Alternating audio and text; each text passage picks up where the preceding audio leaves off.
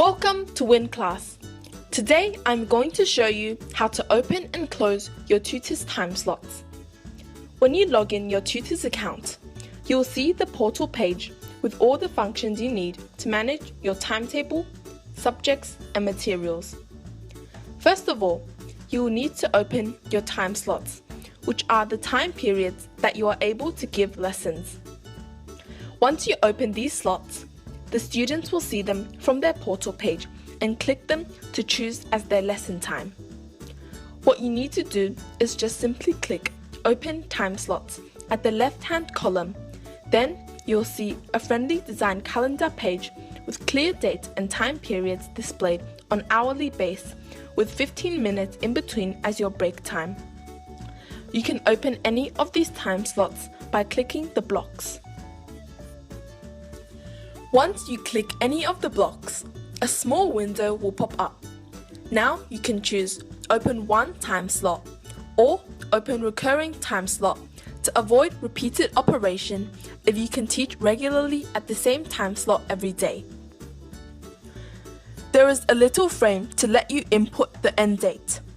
Once you choose a date and click the Open Time Slot button at the bottom right corner of this small window to confirm your setting, the same time slot of each day will be automatically opened during the start date and the end date.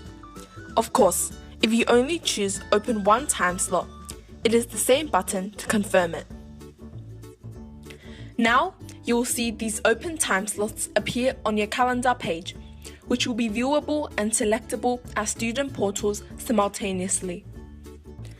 As free as opening time slots, you can also easily close them when your schedule is changed. WinClass platform provides this unique function to maximize your flexibility.